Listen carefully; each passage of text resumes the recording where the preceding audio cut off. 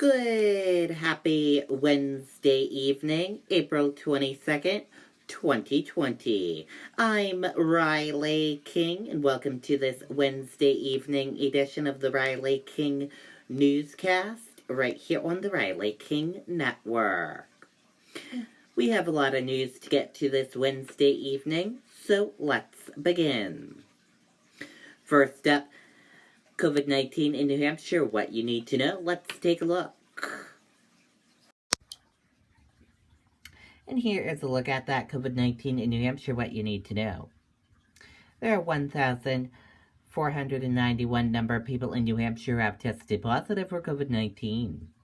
810,561 number of people in the United States who have tested positive. 42 number of deaths from COVID-19 in New Hampshire.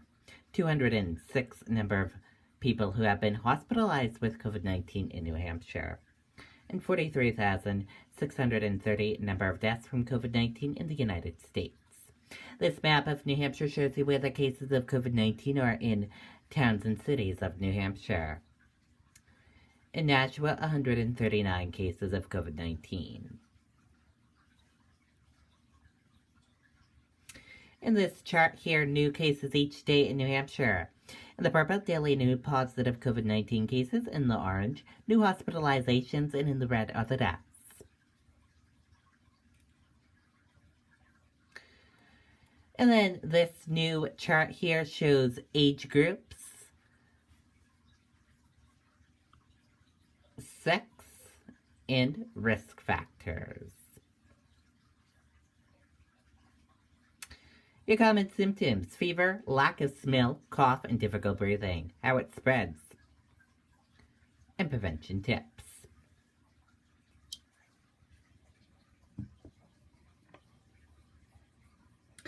Also, we're following breaking news into our newsroom.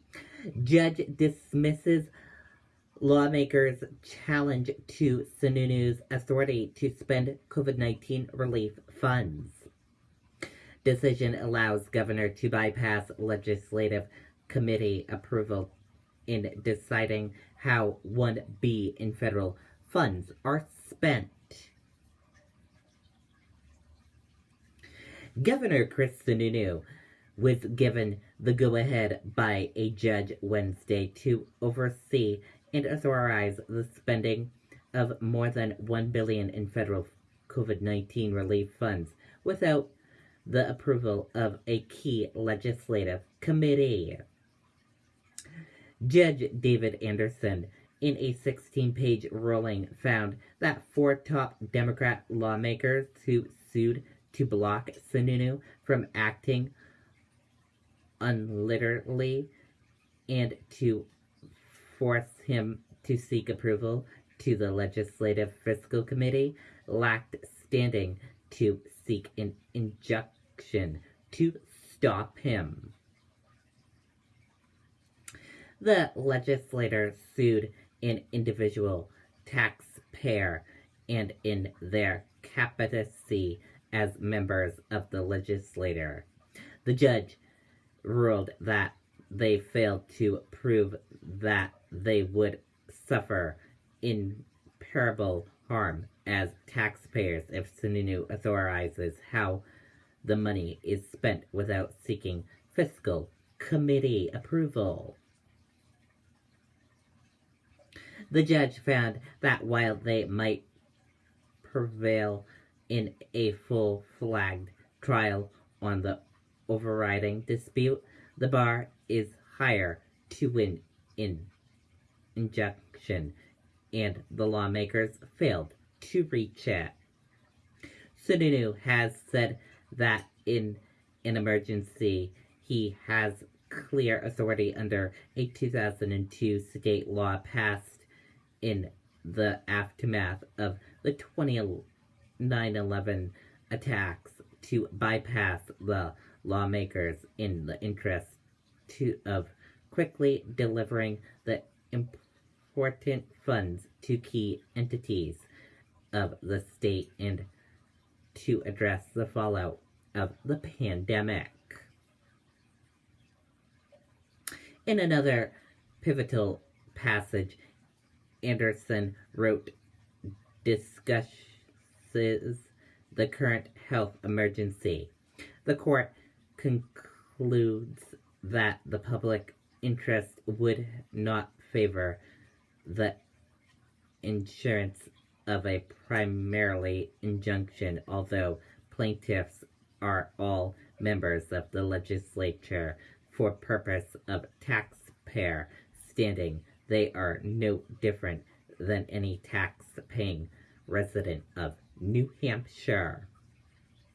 Being mindful of the extraordinary nature of primary injunction relief, even if an ordinance case, the court must be cautious in generating a request from any individual or group of individuals to stop the governor from acting, as it presents a scenario rife with complaints that directly impacts the orderly operation of the government.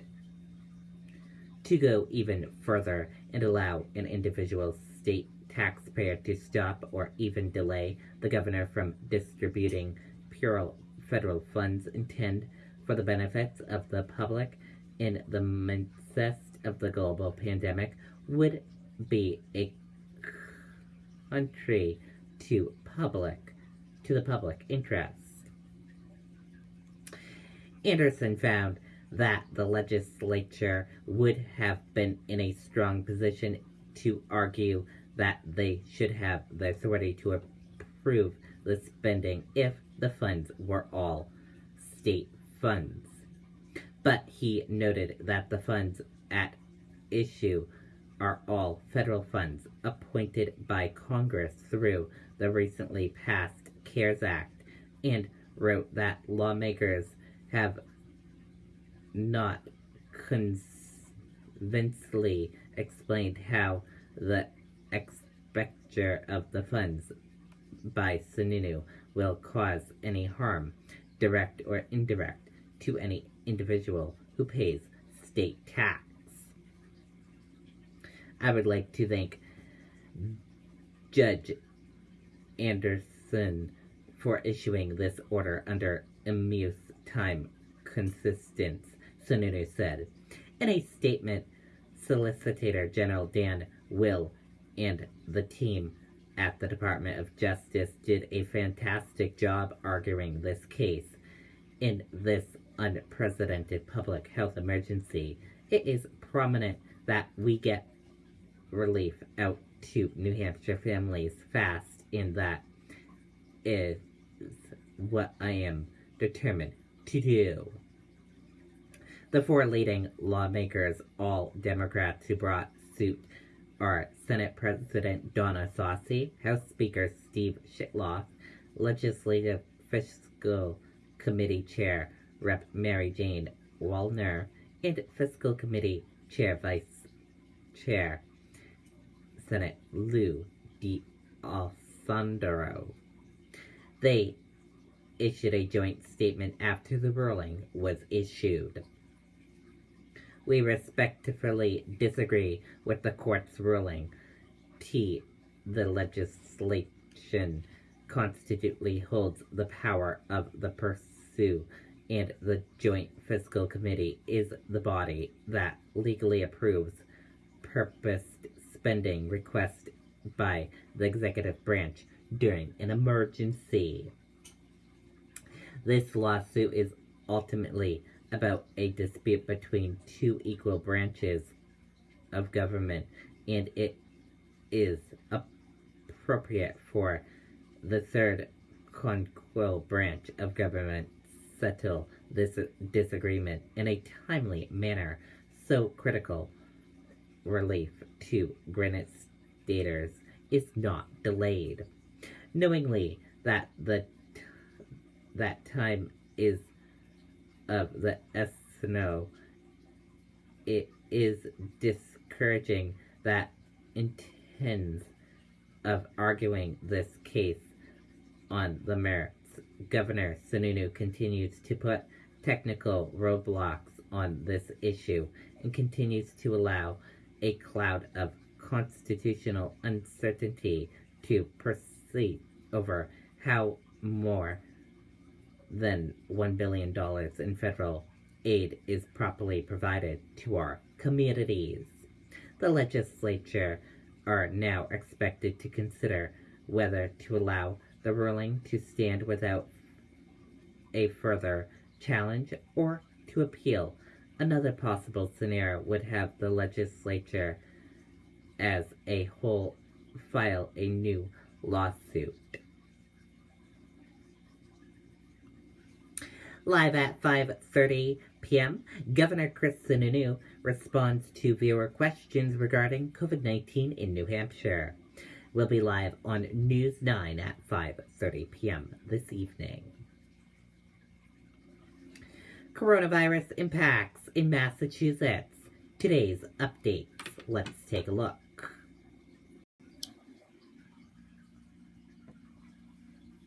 New cases, 1,745 new cases. Total tested, 180,462. Total cases, 42,944.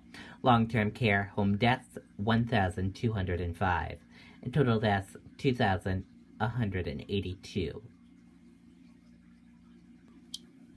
And that is a look at the coronavirus in Massachusetts update.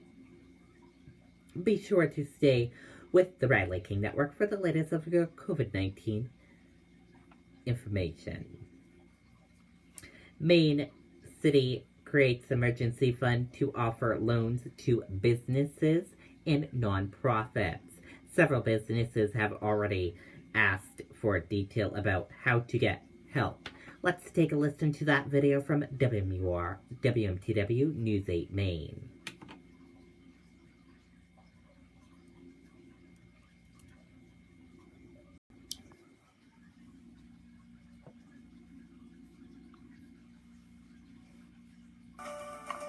Running a campaign takes a lot of work, a lot of volunteers. We're working hard. I'm tired, but so far, more than a dozen businesses here in Saco have called with inquiries about the new COVID-19 emergency loan fund that the city is offering. Many of them calling in last night right after Mayor William Doyle made the announcement of its availability. The fund will offer loans of up to $10,000 that can be deferred for 6 months. The Planning and Economic Development Director, Denise Clavette, says based on calls she's received so far, businesses are looking for a basic, easy loan to help them continue marketing when there's no income. Although some businesses might not make it through this, she hopes the city can help them stick around. It has given us the opportunity to be able to give a good chunk of change to be able to help the businesses here stay in Saco for the next 5 years anyway. And with this emergency COVID-19 loan, after 5 years, 50% of it may be forgiven. In Saco, I'm Talia Clark for WMTW News 8. Okay, and there you go on that video and that report. And now let's take a look at your U.S. stock market and see how your U.S. stock market closed for this Wednesday evening.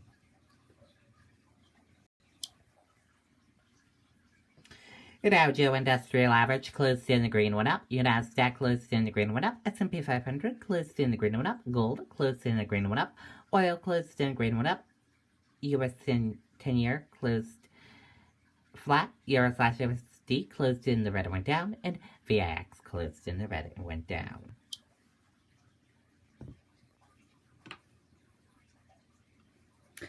Stocks rise for the first time in 3 days. Dow surges more than 400 points. Stocks rose for the first time in 3 days on Wednesday as crude prices stabilize after a record plunge, while better than expected earnings also lifted the market sentiment. AG Barr threatens legal action against states with strict COVID-19 rules. Let's take a listen to that video from MSNBC.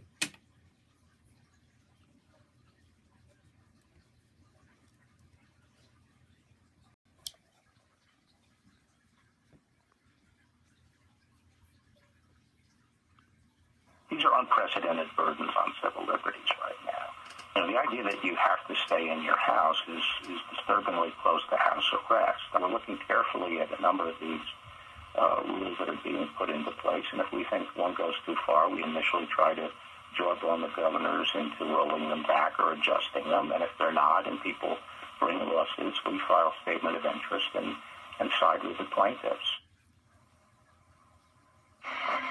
Joining me now is NBC News White House correspondent Kristen Welker, who's also, of course, co-host of Weekend Today. Kristen, the messaging from the White House, Dr. Birx yesterday, and now this today, even more aggressively from the Attorney General, is such a signal to the protesters and to the others, the governors themselves, who are violating the White House guidelines of wait until there is at least 2 weeks of declining cases before you start lifting restrictions.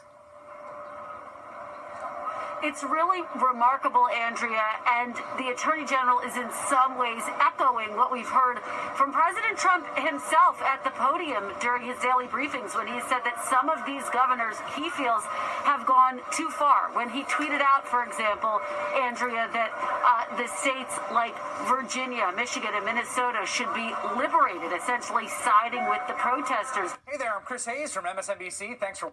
Okay, and there you go on that video and that report. And that does it for this evening edition of the Riley King Newscast, right here on the Riley King Network. Thank you for watching this evening edition. Have a great rest of your evening, and I'll see you back here tomorrow for another newscast.